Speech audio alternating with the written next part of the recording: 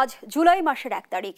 এবছর এ মাসটির গুরুত্ব ও তাৎপর্য অনেক, কারণ জুলাইয়ের সাথে যুক্ত হয়েছে গণঅভ্যুত্থান ও বিপ্লব। যে গণঅভ্যুত্থানে পতন হয়েছে 1.5 দশকের স্বৈরাচারী শাসন ব্যবস্থার। জাতিসংঘের হিসেব অনুযায়ী চলমান আন্দোলনে আমরা যেমনটি দেখেছি যে জুলাইতে চলা আন্দোলনে শহীদের সংখ্যা 1400 জনের বেশি। বিভিন্ন সংগঠনের মতে সেই সংখ্যা 2000-এরও বেশি। হাজারো শহীদের রক্তের বিনিময়ে পতন হলো স্বৈরাচারের, পরিবর্তন হলো কি? এসবই আজকের আলোচনায় আনবো। দর্শক, আমি ফার্নাস জুই, সবাইকে আমন্ত্রণ জানিয়ে শুরু করছি দেশ টেলিভিশনের নিয়মিত আয়োজন দেশ সাম্প্রতিক। নিবেদন করছে Arail angle channel and square বার। এই জুলাই সেই জুলাই, এই শিরোনামে আজকের আলোচনা এগিয়ে নিতে স্টুডিওতে আমার মুখোমুখি হয়েছেন গোলাম মাওলা রনি, সাবেক সংসদ সদস্য ও লেখক। স্বাগত জানাচ্ছি আপনাকে। ধন্যবাদ। যেমনটি বলছিলাম যে এবছর জুলাই মাসের তাৎপর্য এবং গুরুত্ব আমাদের কাছে অনেক, কারণ জুলাইয়ের সাথে যুক্ত হয়েছে গণঅভ্যুত্থান, বিপ্লবের মতো শব্দ। সেই জায়গা থেকে আমরা যদি পরিবর্তনটা বুঝতে চাই, 1 বছরে পরিবর্তনটা কি দেখলেন? এখানে আপনাকে দুটো ভাগে ভাগ করতে হবে। প্রথম হলো যে 2024 সনের যে জুলাই মাস, তারপরে আগস্ট মাসের 5 তারিখ পর্যন্ত একটা প্রেক্ষাপট। তো সেই প্রেক্ষাপটের গুরুত্ব স্বাধীন বাংলাদেশের ইতিহাসে অন্য কোনো কিছুর সঙ্গে তুলনা করা যাবে না। এটার মহত্ব, আমাদের জাতিসত্তার যে একটা বিদ্রোহ করার যে একটা শক্তি এবং অন্যায়ের প্রতিবাদ করার যে একটা দুর্দমনীয় যে বেপরোয়া ভাব, এটা এই 2024 সনের জুলাই এবং আগস্টে বাঙালি প্রমাণ করেছে। এক, এরপরে যে দ্বিতীয় যে পার্টটি, এই যে একটা বিপ্লব হলো এবং একটা গণঅভ্যুত্থান হলো। বিপ্লব এবং গণঅভ্যুত্থানের সবচাইতে বড় ডেঞ্জারাস যে দিক হলো, বিপ্লব সবসময় তার বিপ্লবীদেরকে খেয়ে ফেলে। মানে যেভাবে আপনি ধরেন বিচ্ছুর যে জন্ম নেয়, তো মাতৃগর্ভে যখন একটা বিচ্ছুর বাচ্চা থাকে, ও মায়ের নাড়ি ভুঁড়ি কলিজা সব কিছু খেয়ে ও যখন পৃথিবীতে বের হয়, সঙ্গে সঙ্গে ওর মা কিন্তু মারা যায়। পৃথিবীতে যত বিপ্লব ব্যর্থ হয়েছে, বিপ্লবীদের দ্বারা ব্যর্থ হয়েছে। তো এজন্য হয় কি, বিপ্লবটা যখন সুদীর্ঘকালের অর্গানাইজড হয়, যেমন সফল একটা বিপ্লব বলশেবিক এবং মেনশেবিক বিপ্লব, যেটা রাশিয়াতে হয়েছে লেনিন এবং স্ট্যালিনের নেতৃত্বে। আরেকটি বিপ্লব হয়েছে রেড আর্মি অর্থাৎ মাও সেতুংয়ের নেতৃত্বে। আরেকটি বিপ্লব হয়েছে আপনার কিউবাতে।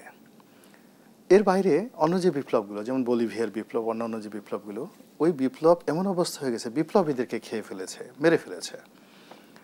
তো সেই ক্ষেত্রে আমাদের দেশের এটাকে আমরা এখন বিপ্লব বলতে পারছি না। এর কারণ হলো, একটা বিপ্লব দীর্ঘদিন ধরে নেতা নির্বাচন করে, যুদ্ধ করে, বিপ্লবকে জনপ্রিয় করে। এটা একটা ছিল অনেকটা গণবিস্ফোরণের মতো ঘটনা।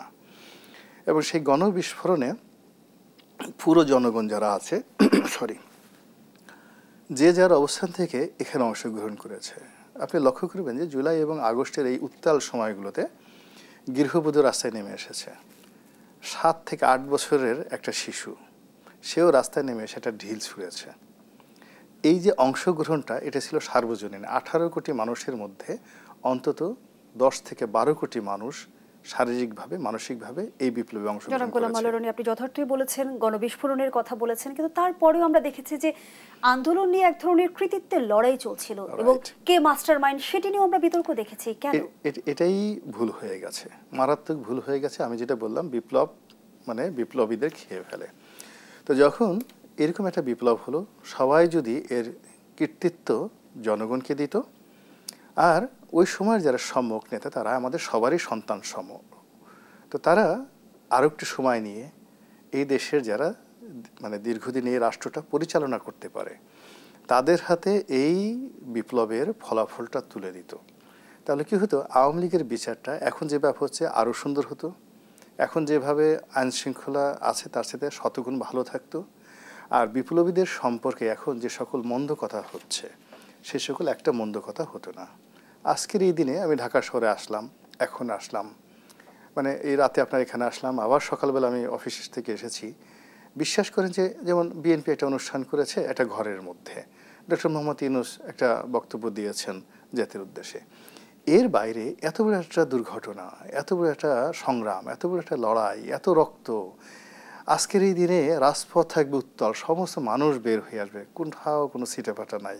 সকালে যখন আমি বের হচ্ছি আমার খুব ভয় হচ্ছিল যে গাড়ি বোধহয় শাহবাগ অতিক্রম করতে পারবে না, কিন্তু শাহবাগে এসে দেখলাম সকাল 11টার সময় একটা সিঙ্গেল লোক নাই, একটা ফেস্টুন নাই, একটা ব্যানার নাই, একটা লোক দাঁড়ানো। এক বছরে কি আমরা ভুলতে বসেছি? এক বছর শুধু ভুলতে বসিনি, আমরা এই এক বছরে বিরক্ত হয়ে গেছি। এখানে নতুন দরবেশ দেখছি, নতুন অন্যায় দেখছি, নতুন চাঁদাবাজ দেখছি, নতুন জালেম দেখছি, এবং অনেকগুলো মানুষের মুখোশ যারা গত 15 বছর কেঁদেছে, হাও মাও করে কেঁদেছে। আমরা তাদেরকে করুণা করার চেষ্টা করেছি, তাদের জন্য দোয়া করেছি যে মানুষ এই বিপদের মধ্যে আছে, এই লোকটা অনেক ভালো, ফেরেশতার মতো মানুষ, কেন শেখ হাসিনা দেখে জুলুম করে, নির্যাতন করে। মাই গড, এই অল্প কয়েকদিনের মধ্যে তারা সেই যে ফেরেশতার যে ভাবমূর্তি, সেখান থেকে সেই ভাবমূর্তিটা সরিয়ে দানবের আকৃতি নিয়ে এমনভাবে এসে পড়েছে যে 15 বছরে দানবের যে তাণ্ডব ছিল, এরকম 15 বছরের দানবের তাণ্ডবকে তারা 15 দিনের তাণ্ডব দ্বারা ধূলিসাৎ করেছে। গণঅভ্যুত্থানের সম্ভাবনা কেউ কেন আমরা কাজে লাগাতে পারলাম না? আমাদের কেন হতাশ হতে হলো? এর কারণ হলো যে আপনি জানেন যে হিউম্যান সাইকোলজিতে সবচেয়ে সুপার সাইকোলজি হলো পলিটিক্যাল থিঙ্কিং অ্যান্ড থিওলজি। মানে রাজনীতির যে ভাষা, রাজনৈতিক যে চিন্তা, এবং একটা মানুষ রাজনৈতিকভাবে যে নেতৃত্ব দেয়, এটাকে বলা হয় মানুষের শরীর, মন, মস্তিষ্কের একদম সর্বোচ্চ স্তর। এবং একটা হাতি হলেই রাজা হওয়া যায় না, কিংবা ধরুন গন্ডার হলেই কিন্তু বনে রাজা হওয়া যায় না, তাকে বাঘ বা সিংহ হতে হয়। সে তার একটা অ্যাটিটিউড থাকে, এবং তার একটা চিন্তা থাকে, তার একটা কৌশল থাকে। তদ্রূপ এই যে 18 কোটি মানুষকে পরিচালনা করার জন্য কোনো ডক্টরেট ডিগ্রি দরকার হয় না, হোমিওপ্যাথিক ডাক্তারির দরকার হয় না, বা আপনার হাতে 10-12টা তলোয়ার আছে, বা আপনি মনে করেন যে 1000 ট্যাঙ্ক আছে, নট লাইক দ্যাট। আপনার একটা জাদুকরী কণ্ঠ লাগবে, প্রিয় কণ্ঠ লাগবে, যে কণ্ঠ শুনলে মন্ত্রমুগ্ধের মতো মানুষ দাঁড়িয়ে থাকবে। আপনার একটা নেতৃত্বের একটা জাদুকরী মোহময়তা থাকবে। আপনি চিন্তা করুন, একটা মৌচাকে 10 লাখ মৌমাছি থাকে, একটা মাত্র রানী মৌমাছি। তো একটা রানী মৌমাছির শরীরে আল্লাহ কতগুলো ম্যাগনেটিক পাওয়ার দিয়ে দেয়, সেই ম্যাগনেটিকের পাওয়ারের কারণে 10 লাখ মৌমাছি মেরে ফেললেও তাকে ছেড়ে যায় না। তো রাজনৈতিক নেতৃত্বের যে অনুপম গুণাবলী, ওইরকম একটা রানী মৌমাছির মতো তার ভিতরে কতগুলো ম্যাগনেটিক পাওয়ার থাকে।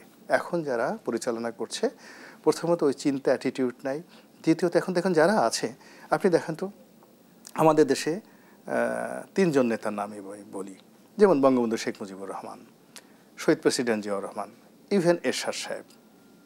এই 3 জনের কথা চিন্তা করেন। আমি বেগম খালেদা জিয়া বা শেখ হাসিনার কথা বললাম না, যে তারা জীবিত আছে। এখন এই 3 জন মানুষ আমাদের জাতিকে দীর্ঘদিন নেতৃত্ব দিয়েছেন, তাদের ভুল আছে, ভ্রান্তি আছে।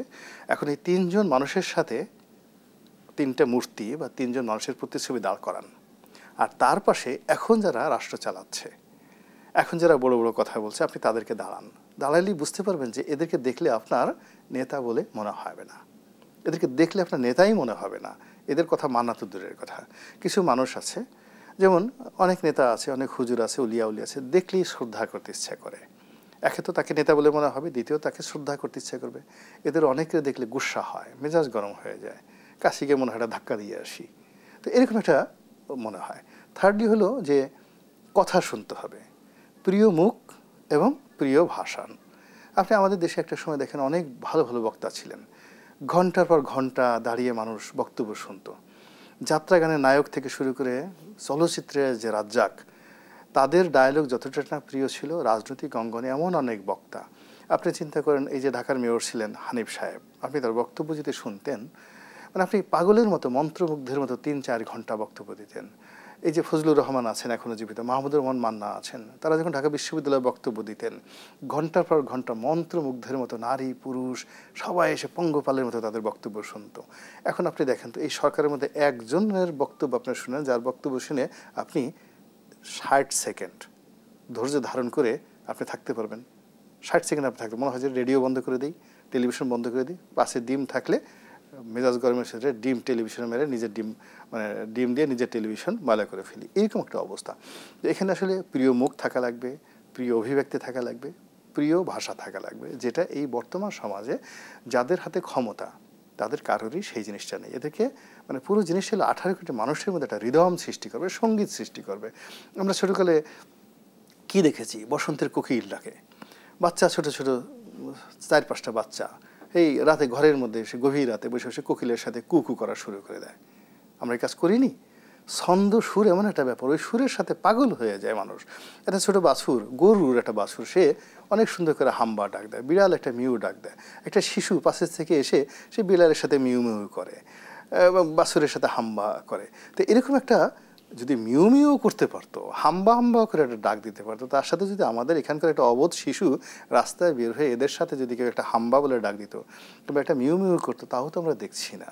আপনি দেখেন এ আর রহমানের কত সুন্দর একটা গান হাম্মা হাম্মা, একটা সুন্দর একটা গান আছে না, সারা দুনিয়াকে মাতোয়ারা করে ফেলেছে। এই গত 12 মাসে একটা শব্দ দেখান তো, এখন কি আছে? সান্ডা, একজন বোতল, সান্ডা, আর কি সমস্ত আজে বাজে কথা চলে আসছে, কিন্তু কোনো রিদম আসেনি, কোনো সুর আসেনি, কোনো স্লোগান আসেনি, কোনো ভাষা আসেনি, কোনো কবিতা আসেনি। আপনি চিন্তা করেন তো। হতাশার কথা বলছিলেন জনাব গোলাম মাওলা রনি, যেমনটি এনসিপির আহ্বায়ক নাহিদ ইসলাম বলেছেন, শুধুমাত্র ক্ষমতা পরিবর্তনের জন্য জুলাই আন্দোলন হয়নি, এক দলের পরিবর্তে আরেক দলের ফ্যাসিস্ট হয়ে ওঠার জন্য রাজপথে ছাত্র জনতার রক্ত ঢেলে দেয়নি। যে আকাঙ্ক্ষা থেকে আসলে গণঅভ্যুত্থান হলো, আকাঙ্ক্ষার বাস্তবায়ন কেন হলো না? প্রথমত নাহিদের বক্তব্য নিয়ে কথা বলার রুচি আমার নেই। মূল ব্যাপার হলো তার কোনো বক্তব্য শিরোনাম হতে পারে, আমার কাছে সেটা মনে হয় না। বরং তাকে যে পিটিয়ে তার সর্বাঙ্গ লাল করে দেওয়া হয়েছিল সেই ছবিগুলি সোশ্যাল মিডিয়াতে বেশি ভাসে, যে সে একজন নির্যাতিত মজলুম, ডিবি অফিসে তাকে মারা হয়েছে, তার পিঠে ডিবি হারুনের অত্যাচার, এইগুলো বেশি অ্যাট্রাকটিভ, মানে মানুষকে আকৃষ্ট করার জন্য, তার প্রতি মানুষকে শ্রদ্ধা রাখার জন্য। কিন্তু সে যখন কোনো কথা বলে, ওই আমি আগে বললাম যে তার কথার মধ্যে এমন কোনো আকর্ষণ নেই, এমন কোনো ধীশক্তি নেই, বা এমন কোনো অন্তর্নিহিত তাৎপর্য নেই যে তাৎপর্য আমার চিন্তা জগতে এটা নাড়া দিতে পারে। তার কিন্তু যথেষ্ট বয়স হয়েছে। আপনি চিন্তা করেন Napoleon Bonaparte at the age of 21 he was the French আর্মির chief, at the age of 25 he was the emperor of France. তো বয়স কোনো ফ্যাক্টর না, এরা সবাইই যথেষ্ট বয়স হয়ে গেছে। ইভেন 1954 বঙ্গবন্ধুর বয়স কত ছিল? সে 1920 সালে যদি তার জন্ম হয় 34 বছর বয়সে, 34 বছর বয়সে সে সাধারণ সম্পাদক আওয়ামী লীগের মতো একটা সংগঠনের। সো বয়স ডাজ নট ম্যাটার। কিন্তু এখান থেকে আমি তো বললাম যে তারা যে কথাগুলোই বলছে সে কথাগুলো আমাদের এই সমাজে যারা যারা আছেন আমাদের চিন্তার জগৎ নাড়া দিচ্ছে না, নতুন করে আমাদেরকে উদ্বেলিত করছে না। এই বাংলায় এই অনেক রাজনীতির গীতি কবিতা রচিত হয়েছে, অনেক গীতিকবি ছিল, আমরা কবিতা শুনেছি, আমরা সেই নুরুল দিনের সারা জীবন শুনেছি কবিতা, আমরা ভাত দে হারামজাদা নচেত মানচিত্র খাবো, আমরা সব শালা কবি হবে। এই যে মানে প্রত্যেকটা আন্দোলনকে কেন্দ্র করে কত কথা, সেই 71-এর শুনে একটি মুজিবরের তরে লক্ষ মুজিবরের ধ্বনি, আকাশে বাতাসে উঠে রনি, বাংলাদেশ আমার বাংলাদেশ, বলতে পারবেন কিয়ামত পর্যন্ত? কিংবা যতদিন রবে পদ্মা মেঘনা যমুনা বহমান, ততদিন কীর্তি রবে তোমার শেখ মুজিবুর রহমান।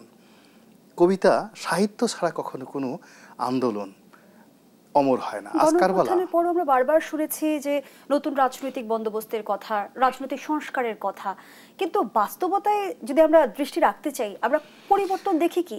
দুর্দণ্ড প্রতাপশালী হাসিনা সরকারের পতন থেকে রাজনৈতিক শিক্ষাটা আসলে কি? রাজনৈতিক শিক্ষাটা আসলে যারা গেছে, হাসিনায় গেছে, তো হাসিনা যাওয়ার পর যে কর্ম করে হাসিনায় গেছে, এখন যারা হাসিনার জায়গাতে আছে তারা হাসিনা থেকে কিছুই শিক্ষা গ্রহণ করেনি। আমরা যারা আমজনতা, আমরা তো আনাকুম জানাকুম, দেখাকুম খানাকুম, দেখলাম খেলাম ঘুমালাম।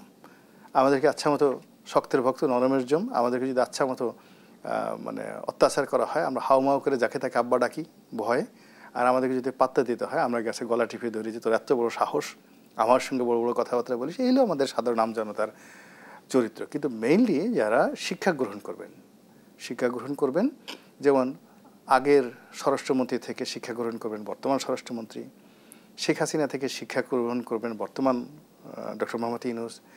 এখন ঘটনা হলো যে শেখ হাসিনা তো ম্যান পাওয়ারের কোনো লাইসেন্স নেননি এখন পর্যন্ত, তার বিরুদ্ধে অনেক বদনাম, ম্যান পাওয়ারের লাইসেন্স নেয়, কিন্তু শেখ হাসিনার নামে কোনো বিশ্ববিদ্যালয় নেওয়া হয়নি। এরকম অনেক ছোট ছোট বিষয়গুলো এখন আসছে। আজকে দেখলাম যে শেখ হাসিনার যে মন্ত্রী ছিল খালেদ মাহমুদ চৌধুরী, তো তার জমানাতে 450 কোটি বা 4,500 কোটি টাকার একটা খাল খনন কর্মসূচি নেওয়া হয়েছিল একদিকে। সময়ের অভাবে সেটা বাস্তবায়ন করা যায় নাই। এখন সেই বর্ষাকালে সেই 4,500 কোটি টাকার একটা টেন্ডারের কর্ম এই সরকার শুরু করতে যাচ্ছে। বর্ষাকালে খান খনন করে সেনাবাহিনীর মধ্যে বিনা টেন্ডারে 4,500 কোটি টাকার কাজ শুরু হচ্ছে। তো খালেদ মোহাম্মদ চৌধুরী আর যা হোক না কেন, তার বিরুদ্ধে তো আমি দুর্নীতির অভিযোগ এভাবে শুনিনি, কিন্তু এখন এটা নিয়ে কিন্তু কথাবার্তা হচ্ছে।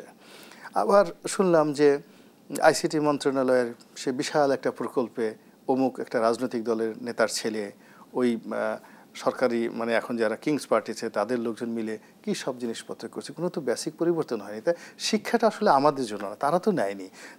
তারা বরং মনে করছে যে শেখ হাসিনার যে মধুগুলো খেয়েছে অসাধারণ, এই মধু ছেড়ে তার যে গেছে, বরং তারা শেখ হাসিনাকে ফিল করছে যে এই যে মধু, এই যে মেওয়া, এই যে বাদশাহী খাবার, জনগণের টাকা, এই যে আমরা সংস্কারের নামে আন্দোলন করছি, মিটিং করছি, সালাউদ্দিন সাহেব তো রাগ হয়ে বললে এলেনি যাও তোমরা খাও, আমরা খাবো না, ওখানে কাজকর্মের চেয়ে খানা পেনা বেশি হয়। এখন যারা আছে তারা চিন্তা করছেন যে এখানে যা খাবার হয় রাজকীয় খাবার, অনেক আরামের খাবার, অনেক সুস্বাদু খাবার, এই খাবার ছাড়া যাবে না। এখানে যা কিছু অর্জন করা যায়, এই পুলিশ দোতলা সেলুট দেয়, জোরে বলে গার্ড সাবধান, বুট জুতা দিয়ে একটা নিচে শব্দ করে ঠাস করে তারপর যখন একটা সেলুট দেয় মনে হয় বুকের ছাতিটা ডবল হয়ে যায়। এই আরাম ছাড়লে আমি থাকবো কোথায়, আমি বাঁচবো কী করে, আমার আরও চাই, আরও দীর্ঘ সময় চাই। তো এই যে শেখ হাসিনার যে 15 বছর থাকার যে আকাঙ্ক্ষা, এখন যারা আছে তারা যদি বলছে যে না আমরা 15 দিনের মধ্যে শেষ করতে চাই, মনে হতো যে তারা শিক্ষা নিয়েছে। না, তারা তো এরকমভাবে কোনো লক্ষ্য নেই। তারা যেভাবে কথাবার্তা বলছে, ডানে যাব বামে যাব না, বামে যাব দক্ষিণে যাব না, দক্ষিণে যাব তো পূবে যাব না। তবে কি গণ অভ্যুত্থানে সাধারণ মানুষের ভাগ্য না বদলালেও গুটি কয়েক মানুষের ভাগ্য বদলে গেছে? সে আলোচনায় ফিরতে চাই বিরতির পর। দর্শক, দেশের প্রতি কি রিপোর্ট একটা বিরতি দিচ্ছি, সাথেই থাকুন। আমন্ত্রণ, আপনারা দেখছেন দেশ টেলিভিশনের নিয়মিত আয়োজন দেশ সাম্প্রতিক, নিবেদন করছে আড়াইল অ্যাঙ্গেল চ্যানেলের স্কোয়ার বার। আমরা আবারও ফিরছি আলোচনায়। জনাব গোলাম মাওলা রনি, যে আলোচনায় আমরা ছিলাম, গণ অভ্যুত্থান সাধারণ মানুষের ভাগ্য না বদলালেও গুটি কয়েক মানুষের ভাগ্য বদলে দিয়েছে কি? না, ভাগ্য গণ অভ্যুত্থান বদলায় নাই, তারা নিজেদের ভাগ্য নিজেরা বদলানোর চেষ্টা করছে।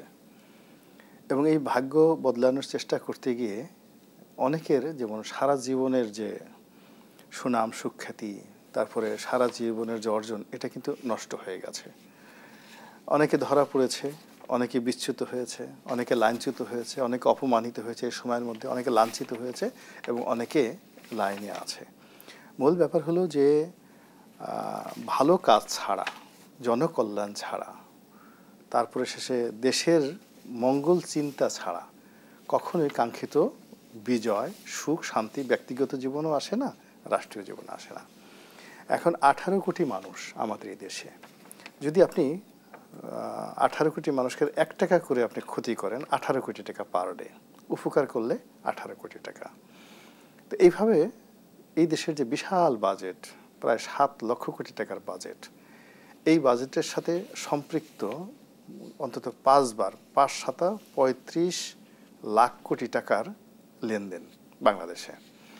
এই লেনদেনের সাথে যেভাবে চাঁদাবাজি জড়িত, শুল্ক জড়িত, রাষ্ট্রীয় উন্নয়ন জড়িত, দুর্নীতি জড়িত, এখন এই বিশাল কর্মযজ্ঞ, অর্থনৈতিক কর্মযজ্ঞ চালানোর জন্য রাষ্ট্রের যে যন্ত্র আছে, সেই যন্ত্রের যে অ্যাক্টিভিটি, সেটা এই বিপ্লবীর যারা আছে তাদের যেহেতু ওইভাবে অভিজ্ঞতা না থাকার কারণে আজ দেখেন প্রায় 1 মাসের উপরে সেই এনবিআর বন্ধ রইল। তারপরে সচিবালয়ের সমস্যা এখনও সমাধান হয়নি। মোর দ্যান 2 মাসের বেশি সময় ঢাকা দক্ষিণ সিটি কর্পোরেশনে অচল অবস্থা। আবার এখন যে সমস্যা দেখা দিয়েছে যে নির্বাচন হবে, বিএনপি একদিকে যারা চাচ্ছে গতানুগতিক পদ্ধতিতে নির্বাচন হবে, মানে সংসদীয় আসন অনুযায়ী পদ্ধতি আছে, রাইট। আর বিএনপির এগেনস্টে অন্য যারা আছে তারা বলছে যে না, সংখ্যানুপাতিক হারে নির্বাচন হবে। তো এবং সংখ্যানুপাতিক নির্বাচনের দাবিটা কিন্তু আমরা ক্রমেই জোরালো হতে দেখছি। হ্যাঁ, জোরালো না, এটা মানে আমাদের জন্য, রাজনীতির জন্য একটা অশনির সংকেত। এটা অবশ্যই নির্বাচনের যে আমাদের ধারা, এটাকে পাল্টে দিবে। বিএনপিকে আলটিমেটলি একা করে ফেলেছে, নিঃসঙ্গ করে ফেলেছে। আর ডক্টর মোহাম্মদ ইউনূসের যে ক্ষমতার যে মেয়াদ, এটাকে দীর্ঘায়িত আলটিমেটলি করা হয়ে গেছে। বোঝার চেষ্টা করুন, আমি 2-3 জন লোকের নাম বলি, যেমন আন্দালিব রহমান পার্থ, মাহিবি চৌধুরী। তো আন্দালিব রহমান পার্থ, মাহিবি চৌধুরী, তাদের দল কোনো স্ট্রং দল না, কিন্তু ব্যক্তিগত তাদের একটা ইমেজ আছে। এখন এই দুজন মানুষ যদি বাংলাদেশে ঘুরি, ইভেন গোলাম মৌলা রানী ইনক্লুডিং মি, আমাকে যদি ধরেন, তা আমি আমার নির্বাচনী এলাকায় যদি ধানের শীষ বা নৌকা বা দাড়িপাল্লা প্রতীক নিয়ে দাঁড়াই, 2 লক্ষ ভোট পেতে আমার জান বের হয়ে যাবে। কিন্তু সারা বাংলাদেশে যদি আমার একটা প্রতীক থাকে এবং আমি ঘোরাফেরা করি, তাহলে আমি 20 থেকে 30 লাখ ভোট সারা বাংলাদেশ থেকে বানাতে পারবো। তো যদি বাগাতে পারি, তাহলে 1.5 লাখে যদি আপনি একটা করে আসন দেন, তাহলে আমি 15 থেকে 20টি আসন আমি গোলাম মোল্লা রনির নামে ব্র্যান্ডিং হলো, এটা দিয়ে আমি আমার ভাই, ভাগিনা, স্ত্রী, পুত্র, যারা যারা আপন, যারা আমার পছন্দের, তাদের সবাইকে আমি এমপি বানাতে পারলাম। তা আমি এই সুযোগটা বাদ দিয়ে আমি কেন বিএনপির পিছনে ঘুরতে যাব, আওয়ামী লীগের পিছনে ঘুরতে যাব? ফলে এই যে যারা ব্যক্তি মেজে আছে, ধরেন মাহমুদুর রহমান, এখন পর্যন্ত তিনি সংসদ সদস্য হতে পারেননি, কিন্তু যদি সংখ্যানুপাতিক হারে তাকে সুযোগ দেওয়া হয়, তিনি সারা বাংলাদেশে তার যে ক্ষমতা আছে, কিংবা ধরেন ফজলুর রহমান, তার হাতে যদি একটা মাইক দিয়ে ছেড়ে দেওয়া হয়, সে শুধুমাত্র 30 থেকে 35টা যদি বৈঠক করে, এক একটা বৈঠকে 1 লাখ ভোট তার অটোমেটিক চলে আসবে সেখান থেকে তার প্রতীকের মধ্যে। ফলে কি হচ্ছে, এই যে পলিসিটা, যে চালটা, সংখ্যানুপাতিক চালটা সরকারের পক্ষ থেকে দেওয়া হয়েছে, এতে বিএনপি এবং আওয়ামী লীগের মতো বড় যে দুটো দল, এই দুটো দলকে দেউলিয়া করে দেওয়ার জন্য যথেষ্ট, এবং এই আগুন সহজে থামবে না। আপনি চরমোনাইয়ের কথা চিন্তা করেন, তারা এখন পর্যন্ত একটা উপজেলা চেয়ারম্যান হতে পারেনি, ওই স্থানীয় জায়গাতে পারে, কিন্তু সারা বাংলাদেশে মিলে তাদের অন্তত 50 লাখ ভোট আছে। তো 50 লাখ যদি ভোট হয়, তারা তো দেখা গেল 30 থেকে 35টা আসন তারা পেয়ে যাচ্ছে। কেন তারা বিএনপি আওয়ামী লীগের দালালি করতে যাবে, তাদের মুখ ঝামটি শুনতে যাবে? জামাতের একই অবস্থা।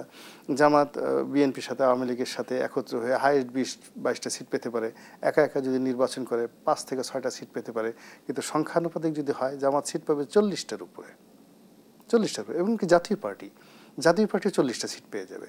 এবং বিএনপি, ওই যে এনসিপি যে নাসিরুদ্দিন বলছে 50 থেকে 100টা সিট যদি সংখ্যানুপাতিক হয়, বিএনপি মানে 50 থেকে 100টা সিটের মধ্যে তাদেরকে থাকতে হবে। তাহলে কি অবস্থা তৈরি হচ্ছে? এখন আপনার কাছে একটা মাখন আছে বা একটা মানে খুব ফলদায়ক খাবার আছে, ওটা সামনে ঝুলছে এবং সবাই ক্ষুধার্ত, তো এটা নিয়ে তো টানাটানি হবে। এখন নির্বাচনটা যে সামনে, সেই নির্বাচনটা নিয়ে রাজনৈতিক দলের মধ্যে যে মূলা, যে কলা, সেটা ডক্টর মোহাম্মদ ইউনূস অত্যন্ত সুকৌশলে ঝুলিয়ে দিয়েছেন। এখন বিএনপি টানছে, অন্য দলরা টানছে, কেউ গতানুগতিক, কেউ সংখ্যানুপাতিক, এবং এই টানাটানি এমনভাবে চলবে। আর যা হোক না কেন, 2026 সনের যে ফেব্রুয়ারি মাসে যে কাঙ্ক্ষিত নির্বাচন, এর মধ্যে মূলা স্পর্শ করা যাবে না, মূলা শুধু ঝুলতেই থাকবে, ঝুলতেই থাকবে, কিন্তু ওটা টাচ করার মতো অবস্থা রাজনৈতিক দলগুলোর মধ্যে হবে বলে আমার কাছে মনে হচ্ছে না। তবে কি নির্বাচন নিয়ে শঙ্কা প্রকাশ করছেন আপনি? সে আলোচনায় ফিরতে চাই, আবারও বিরতি শুরু হয়েছে। দর্শকদের সাম্প্রতিক রিপোর্ট যে আবারও বিরতিতে যাচ্ছি, সাথেই থাকুন। ফিরে এলাম, আপনারা দেখছেন দেশ সাম্প্রতিক। আমরা আবারও ফিরছি আলোচনায়। জনাব গোলাম মোল্লা রনি, যে আলোচনায় আমরা ছিলাম, নির্বাচন নিয়ে অনিশ্চয়তা দেখছেন কি? হ্যাঁ, নির্বাচন নিয়ে খুবই অনিশ্চয়তা এবং সঙ্গে সঙ্গে আশঙ্কাও দেখছি। এর কারণ হলো, এই মুহূর্তে যদি স্টেক হোল্ডার ধরে নির্বাচনের 1 নম্বর স্টেক হোল্ডার হলো বিএনপি, যারা মনে প্রাণে বিশ্বাস করে নির্বাচন যে কোনোভাবে হলে তারা জয়লাভ করবে, এবং শুধু জয়লাভ করবে না, 280টা সিট পেয়ে তারা জয়লাভ করবে, বাকি 20টা সিট হয়তো অন্যান্য ছোট ছোট দল পাবে। তো সেখানে প্রধানমন্ত্রীর যে চেয়ারটি, এটি তাদের, রাষ্ট্রপতির চেয়ারটি তাদের, ওই যে সংসদ যে ভবন, ওটি তাদের, সংসদের সামনে যে ন্যাম ফ্ল্যাটগুলো আছে সব তাদের। তারপরে রাস্তাঘাটে যে গাড়িগুলো দেখে, এমপিদের যে কোটা মুক্ত গাড়িগুলো আসবে, সেই দিকে তারা তাকায় আর চিন্তা করে যে এইগুলো তো সবই আমাদের প্রাপ্য, আমাদের রিজিক, আল্লাহ আমাদের জন্য এই জিনিসগুলো বরাদ্দ করেছে। ফলে এই পথে যারা বাধা দিচ্ছে তারা আমাদের শত্রু, জাতির শত্রু, গণশত্রু। বোঝার চেষ্টা করুন যে নির্ধারিতভাবে আপনি জানেন যে দিস ইজ ইয়োর্স, সিংহাসন আপনার, সব কিছু আমার।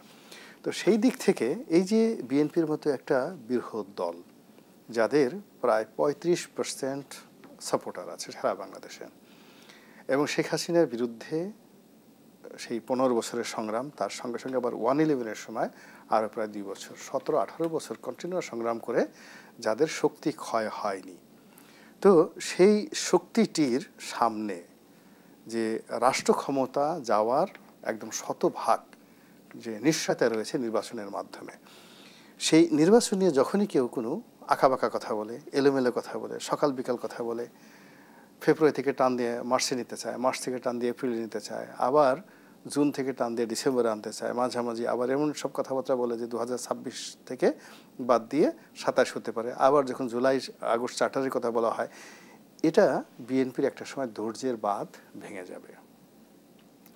আর এত বৃহৎ একটা শক্তির যদি ধৈর্যের বাঁধ ভেঙে যায়, তারা উগ্র হয়ে পড়বে, এবং ওই উগ্রতা স্বয়ং শহীদ প্রেসিডেন্ট জিয়াউর রহমানও যদি আসেন, তাহলে সেই উগ্রতা দমন করা যাবে না। যেখানে সারা বাংলাদেশের আপনার কত 8,000-এর মতো ইউনিয়ন পরিষদ চেয়ারম্যান তারা হবে, 500-এর মতো উপজেলা তারা হবে, পৌরসভা তারা হবে, সব জায়গাতে তারা নিশ্চিত জানে আমরাই হব, ভোট হলে আমরা হবে। আওয়ামী লীগ তাদের একমাত্র প্রতিদ্বন্দ্বী আওয়ামী লীগ নেই, তো সেই জায়গাতে আপনি এনসিপির কথা বলে ওইটা বলে বিভিন্ন রকম সংস্কারের কথা বলে তারপরে শেষে জাতীয় ঐকমত্য কমিশনের নিয়োগ নিয়ে কিন্তু ইতিমধ্যে প্রশ্ন রেখেছে বিএনপির এক নেতা সালাউদ্দিন আহমদ। মানে এখন ওই আর কদিন পরে দেখবেন যে এইটা যদি মোটামুটি মাস 6 চলে, বিএনপি লোক ধৈর্য রাখতে পারবে না। ওখানে যে ওই যে খাবার টেবিলের ওখানে বসে, আর বিএনপি আপনি দেখেন না নিজেদের মধ্যে চেয়ার ছোড়াছুড়ি করে মারামারি করে এক এক নাকের বদনা ফাটিয়ে ফেলে। তো এখানেও দেখবেন যে এই যে যারা এখন বড় বড় কথা বলছে, পায়ের উপর পা তুলে জাতিকে সবক দিতেছে, বিএনপি যখন তার আসল রাজনৈতিক চরিত্র নিয়ে ধৈর্য হারা হয়ে ওদের প্রতি যাকে বলা হয় তাদের আসল চেহারা প্রদর্শন করবে, আপনি দেখবেন যে দৌড়ে পালানোর মতো তাদের এনার্জি থাকবে না। তাদের খালি বলবে যে ভাই আমার ধরো, পা দুইটা কাঁপতেছে, তো আমি থামাইতে পারতেছি না, এত ভয় পাবে সবাই। This is a politics. তো এই যে নির্বাচন নিয়ে যে টানা হেঁচড়া হচ্ছে, কথাবার্তা হচ্ছে, এটা আগামীতে আমাদের যে এখনকার যে সম্প্রীতি, এই সম্প্রীতিটা থাকবে না। আপনার শেখ হাসিনা তার আর্মি ছিল, পুলিশ ছিল, আমলাতন্ত্র ছিল, তার সঙ্গে সঙ্গে ছাত্রলীগ ছিল, যুবলীগ ছিল, বিশাল একটা শক্তি। সেই শক্তিটা নিয়ে 15 বছর লড়াই করেও এই নির্বাচনের নামটা বাঙালিকে ভুলাতে পারেনি। তো শেখ হাসিনার যে ক্ষমতা বা আওয়ামী লীগের যে ক্ষমতা, তার লাখ ভাগের 1 ভাগও নয়, কোটি ভাগের 1 ভাগ ক্ষমতা বর্তমান যারা চালাচ্ছে তাদের নেই। তারা কি করে বিএনপির মতো একটা দলকে মোকাবেলা করবে? ফলে এখানে বিএনপির সঙ্গে এই যে যা কিছু করা হচ্ছে তাদেরকে ধরে নিয়ে এখন আপনি চিন্তা করেন একটা রয়্যাল বেঙ্গল টাইগার, আপনি একটা রয়্যাল বেঙ্গল টাইগারকে নিয়ে আপনার ক্ষমতা আছে, আপনি বসাইলেন একটা চেয়ারে, তার পাশে একটা ইঁদুর বসাই দিলেন।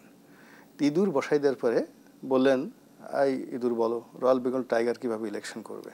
ইঁদুর পায়ের উপর পা তুলে লেজ নাড়াই বললো যে এইভাবে হবে, এবং আপনি বললেন সাবাস, আমাকে ইঁদুরের কথাই শুনতে হবে। তবে কি প্রতিদ্বন্দ্বিতাহীন নির্বাচনের আভাসই আমরা পাচ্ছি? Not like that. মূল ব্যাপারে প্রতিদ্বন্দ্বিতা আপনি করেন। এই পৃথিবীটা হলো fittest, survival for the fittest, যে যোগ্যতামূলক তাকে রাজনীতিতে টিকে থাকে সব ক্ষেত্রেই। এখন এখানে ম্যানিপুলেট করে জোরাজুরি করে আপনি ইঁদুরকে আপনি বানাতে পারবেন না, যাকে বলা হয় সিংহ বানাতে পারবেন না, আবার সিংহকে জোরাজুরি করে ইঁদুর বানাতে পারবেন না। বিএনপির সঙ্গে যদি আপনার সত্যিকার অর্থে মোকাবিলা করতে হয়, তাহলে আপনি দিল্লিতে যান, শেখ হাসিনার সাথে সমঝোতা করেন, তাকে আনেন। কিন্তু জামাতকে দিয়ে আপনি কখনো বিএনপিকে, জাতীয় পার্টি দিয়ে আপনি বিএনপিকে করতে পারবেন না। শেখ হাসিনার শাসনামলই তো আমাদের দেখিয়ে দিয়েছে যে একক সংখ্যা গরিষ্ঠতার নেতিবাচক দিকগুলো আসলে কি। না, সেটা এখন জনগণের মূল ব্যাপার। আপনি যদি গণতন্ত্রে বিশ্বাস করেন, গণতন্ত্রে বিশ্বাস করলে সমস্ত জনগণের মেজরিটি যে জনগণ যেটা চাইবে ওটাই গণতন্ত্র। সেটা কখনো কখনো রাষ্ট্রের জন্য ক্ষতিকর হতে পারে, কখনো কখনো স্বাধীনতার সার্বভৌমত্বের জন্য হুমকি হতে পারে, তবুও গণতন্ত্র। আবার দেখা গেল স্বৈরতন্ত্র সমস্ত দেশের জন্য খুবই ভালো, কিন্তু সেটা কখনো অ্যাকসেপ্টেড হয় না। তো আপনি যখন গণতন্ত্রের কথা বলছেন, নির্বাচনের কথা বলছেন, এখানে জনগণকে ভোট দিতে হবে। সে তার মতো ভোট দেবে। ভোটে যদি সে 300 আসনে বিএনপিকে দেয়, অসুবিধাটা কি? 300 আসনে যদি জামাতকে দেয়, অসুবিধাটা কি? একক সংখ্যাগরিষ্ঠ পেলে অসুবিধাটা কি? যদি বিএনপি চালাতে না পারে, জনগণ আবার রাস্তায় নামবে, আবার তাদেরকে উচ্ছেদ করবে, তারা দেশ ছেড়ে পালাবে, তাদের লোকজন গ্রেপ্তার হবে। এটাই গণতন্ত্র, সারা পৃথিবীতে এইভাবেই চলে আসছে। কিন্তু আপনি যদি এটাকে একটা সাজাতে চান, গুছাতে চান এবং নিজের মতো করে আপনি একটা থিওরি বের করতে চান, এটা সংস্কার হবে, ওটা অমুক হবে, যেটা 5000 বছরের ইতিহাসে কোনোদিন কোনো দেশে হয়নি। প্রধান উপদেষ্টা আজ বলেছেন স্বৈরাচার পতনে যাতে 16 বছর অপেক্ষা করতে না হয় সেই কাজ আমরা করছি। আশা করি আগামী দিনে কেউ স্বৈরাচার হতে চাইলে জনগণ সঙ্গে সঙ্গে পতন ঘটাবে। রাজনীতিতে আসলে নির্বাচন কিংবা আন্দোলন ছাড়া জনগণের ভূমিকা কতটুকু? ওনার এই কথাটা শুনে আমার খুব হাসি পাচ্ছে। আমার যদি এখন যাত্রা, আপনার এটা যদি একটা যাত্রা গানের মঞ্চ হতো, আমি জোরে একটা হাসি দিতাম, মো হা হা হা করে। বুঝতে পারছেন ঘটনাটা? উনি এই যে কথাটা বলেন, একটা অবশ শিশু এই কথাটা বলে না, যে 16 বছর যাবত উনি, যেখানে উনি নিজে সকালে বিকেলে দোয়া ইউনূস পড়ছে শেখ হাসিনার হাত থেকে বাঁচার জন্য, যে আল্লাহ শেখ হাসিনা যেন আমাকে আক্রমণ না করে। উনি যেই কবার কোর্টের ডেট পড়ছে প্রত্যেকটা রাত্রে নির্ঘুম রাত্রি কাটাইছেন। আর ওনার নেতৃত্বে এখন স্বৈরাচার মুক্ত একটা বাংলাদেশ গড়ে উঠবে, 16 বছরের জন্য অপেক্ষা করতে হয় না। এর চেয়ে হাস্যকর কোনো বক্তব্য আর বাংলাদেশ হতে পারে না। যে কোনো একটা লিমিট আছে, গাল থাকলে সব কথা বলতে হয় না, মানে চেয়ার থাকলে সব জিনিস দেখতে হয় না, শরীর থাকলে ঝাঁকুনি দিতে হয় না।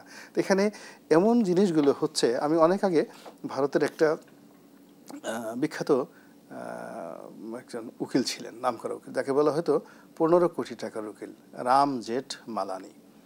ওয়ান অফ দ্য মানে পৃথিবীর ক্রিমিনাল লয়ারদের মধ্যে টপ লয়ার, এবং ভারতের আইনমন্ত্রী ছিলেন। তাকে বিবিসির করণ থাপ্পার, খুব বিখ্যাত সাংবাদিক, এটা প্রশ্ন করলেন। তো সেইভাবে বললেন যে, করণ, এই প্রশ্নটা তুমি স্কেপ করে নাও, তুমি যে প্রশ্নটা করছো এটা শুনে আমার গোস্সায় এসে গেছে। মানে তোমার মুখ দিয়ে তুমি যে লোকের নাম নিছো সেই লোকের নাম তোমার মুখ দিয়ে মানায় না, আর তুমি আমার মতো লোকের কাছে ওর ব্যাপারে মন্তব্য জানতে চেয়েছো, এটা শুনে আমার এমন গুসা আসছে, তুমি তাড়াতাড়ি প্রশ্ন পরিবর্তন করো। তা আমাদেরই বাংলাদেশে এখন এমন কিছু কথা শুনতে হচ্ছে, এমন কিছু আচরণ শুনতে হচ্ছে, এবং আমরা যারা এখানে আসি, আমি খুব ছোট মানুষ রাজনীতির অঙ্গনে, আওয়ামী লীগ বিএনপির মানে 100 জন শীর্ষ নেতার মধ্যেও আমি পড়ি না, কিন্তু আমারও একটা জীবন সেই বলতে গেলে 1982 সন থেকে আমার রাজনীতি শুরু হয়েছে। তো সুদীর্ঘ সময় 1982 থেকে আমি রাজনীতি করছি, আর জাতীয় রাজনীতি করছি তাও 25 বছর হয়ে গেছে, 2001 সন থেকে। আমার সামনে যদি এসে কাউকে কথা বলতে হয় তাহলে তার কি পরিমাণ, মানে আমার চেয়েতেও একটু হলেও তার ওজনটা বেশি থাকতে হবে। এবং সে যদি আমার সকাল বিকেলে এসে এমন একজন লোক কথা বলে যে রাজনীতির বুঝে না, তখন মেজাজটাই কেমন লাগে বলেন তো। এই যে এখন এমন অনেক লোক আছে পুরো জাতিকে অসুস্থ বানিয়ে ফেলছে, কথা শুনলেই মেজাজ গরম হয়ে যায়। জুলাই ঘোষণাপত্র নিয়ে আমরা নানামুখী আলোচনা দেখছি, শোনা যাচ্ছে এ মাসে ঘোষণা হতে পারে, এবং কিছু কিছু গুঞ্জন রাজনৈতিক অঙ্গনের অন্দরমহলে কান পাতলে আমরা শুনি যে সংবিধান স্থগিতের ঘোষণা হতে পারে, সরকারের উচ্চ পর্যায়ের পরিবর্তন ঘটতে পারে।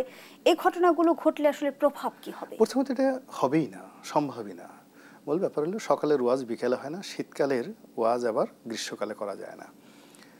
আমাদের দেশে একটা জুলাই চার্টার দরকার ছিল, একটা বিপ্লবী সরকার দরকার ছিল, এবং এটা ভালো হতো যেটি 2024 সনের সেপ্টেম্বর অক্টোবর মাস পর্যন্ত একটা সময় ছিল। কিন্তু এখন সেই জনপ্রিয় যে বিষয়টি, যেটি খুব অতি জরুরি ছিল, সেটা এখন এই মুহূর্তে বাস্তবায়ন করা সম্ভব নয়। বোঝার চেষ্টা করুন যে জাতীয় রাজস্ব বোর্ডের সামনে কিছু মানুষ দাঁড়িয়ে আছে, সেটা নিয়ন্ত্রণ করা যাচ্ছে না। এরপরে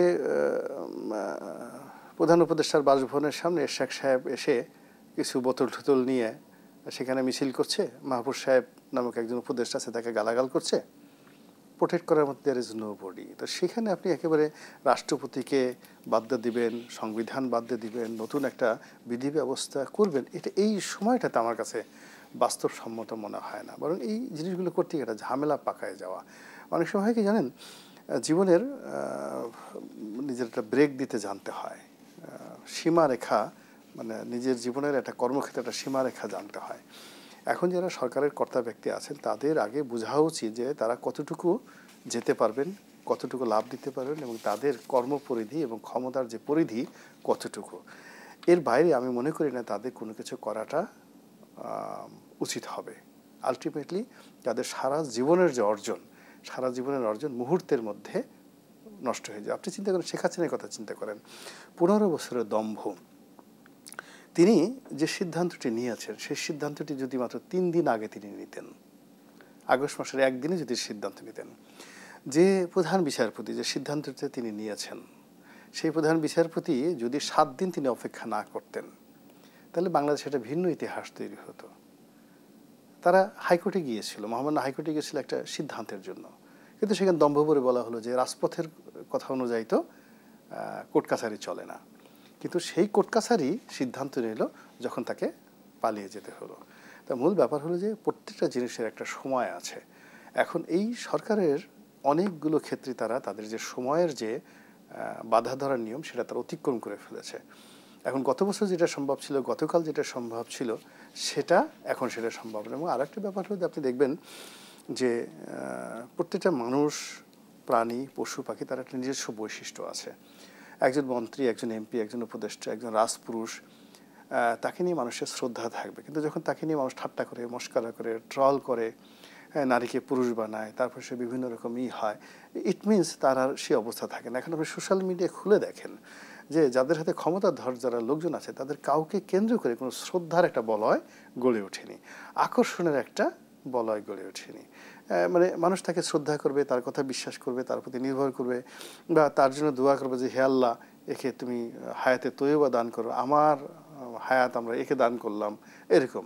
তার চেয়ে বরং বলে যে আল্লাহ তুমি এক কাজ করো, তোমার তো অনেকগুলো বেহেশত আছে, তাড়াতাড়ি এদেরকে নিয়ে যেয়ে তুমি তোমার বেহেশত পূর্ণ করে ফেলো। এইরকম হয়ে গেছে মানুষের মনস্তাত্ত্বিক অবস্থা। সেখানে যে জুলাই চার্টার বা জুলাই যে ঘোষণাগুলো, এই ঘোষণাগুলো তারা বলছে, কিন্তু এটা কতটা বাস্তবায়িত হবে, ইতিবাচক ফলাফল আনবে, এটার চাইতে বরং এটা দ্বারা যে নেতিবাচক বিষয়গুলো হবে, এটা নিয়ে আমি আতঙ্কিত।